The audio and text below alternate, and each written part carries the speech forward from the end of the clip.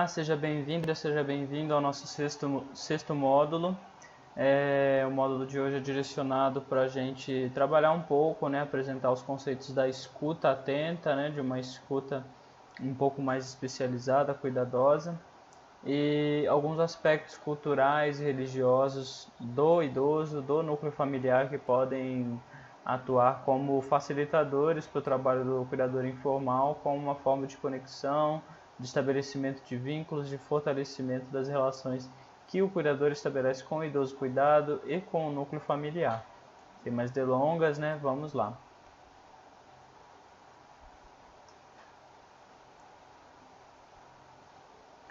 O processo de cuidado ele envolve um desenvolvimento de atitudes, E essas atitudes, dizem respeito à forma com a qual a gente se coloca, se posiciona, e se dispõe a exercer esse cuidado. Essas atitudes implicam em ouvir, compreender e respeitar o idoso cuidado. E essas atitudes, visam estimular a autonomia e a preservação de capacidades funcionais nesse idoso.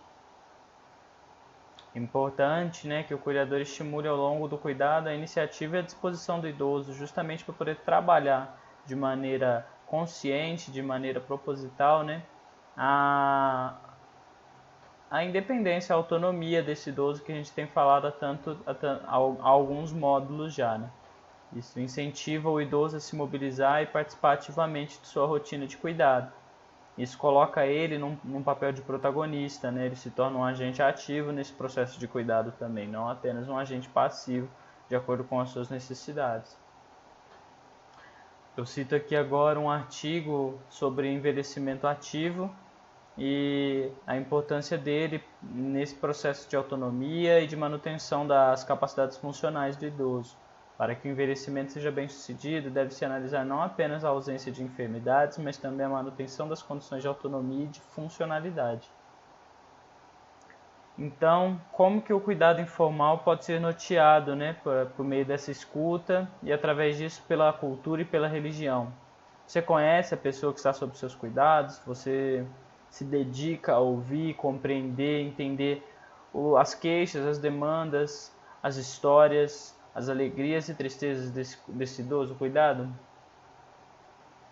Eu vou entrar um pouco agora nos aspectos religiosos, A gente usa uma literatura em que o Souza reitera a importância de utilizar a religiosidade do idoso como ferramenta de enfrentamento de inúmeras condições que acometem a terceira idade. É um elemento importante de se trabalhar no cuidado informal, visto que em 2010 o censo do IBGE percebeu que apenas 3,25% da população de idosos com mais de 80 anos são ateus, não tem uma religião, não tem uma crença, não desenvolveram alguma espiritualidade ou religiosidade nesse sentido, no sentido de seguir uma religião, usar alguma matriz religiosa no seu cotidiano. Vale ressaltar que a sua função enquanto cuidador não diz respeito ao campo teológico, Quando você vai abordar essas questões, elas vão estar direcionadas ao cuidado, à otimização do cuidado, à presentificação do idoso, à proposta de autonomia, de percepção e de adaptação dessas práticas para o cotidiano, para o dia a dia desse idoso. Então você não vai estar ali exercendo a função de um sacerdote, de um padre, de um pastor. Você está ali para observar como esses valores religiosos, esses valores espirituais que o idoso tem para consigo, a partir de sua religião, de suas crenças, podem se manifestar no dia a dia e como eles podem ser usados a seu favor nesse processo de cuidado. A religiosidade ela aparece como primeira e segunda estratégia no enfrentamento de condições crônicas de dor, sendo evidenciados resultados fisiológicos significativos como a diminuição da queixa de dor, da pressão arterial sistólica, da frequência cardíaca e da frequência respiratória. A espiritualidade do idoso se apresenta então como uma possibilidade de mediação não apenas entre o cuidador e o idoso, como também com o restante do núcleo familiar. Por ser um elemento que permeia muitos núcleos, seja ele dentro da família, dentro da comunidade, ele permite também que se estratifique, que se horizontalize o campo do diálogo dentro desse núcleo familiar. Não é porque você é cuidador que você detém um conhecimento maior e uma maior responsabilidade no cuidado desse idoso. E a religião pode chegar chegar a você com uma ferramenta, né, como uma possibilidade de horizontalizar essa discussão, até mesmo para poder conversar de uma maneira franca, de uma maneira honesta com esse núcleo familiar, com esse idoso, a fim de elaborar estratégias, de fortalecer esses vínculos para que o restante do grupo familiar consiga se posicionar, se mobilizar para promover esse envelhecimento mais ativo do idoso, com um cuidado mais atento para com você também, cuidador. Essa oportunidade permite que você explore questões delicadas, como o sofrimento decorrente de enfermidades da própria finitude da vida, com respeito, consideração e, claro, oferecendo esse amparo.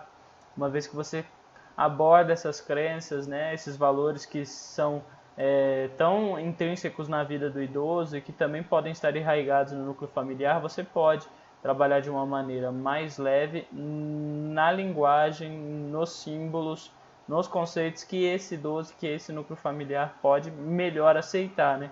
Questões a respeito da, como já disse, a finitude da vida e as enfermidades. Bom, eu acredito que a aula de hoje foi um pouco mais simples, né? O módulo foi um pouco mais enxuto. Eu gostaria de agradecer a presença de vocês aqui mais uma vez. Recomendo a leitura do material base, a consulta do material complementar para uma maior compreensão.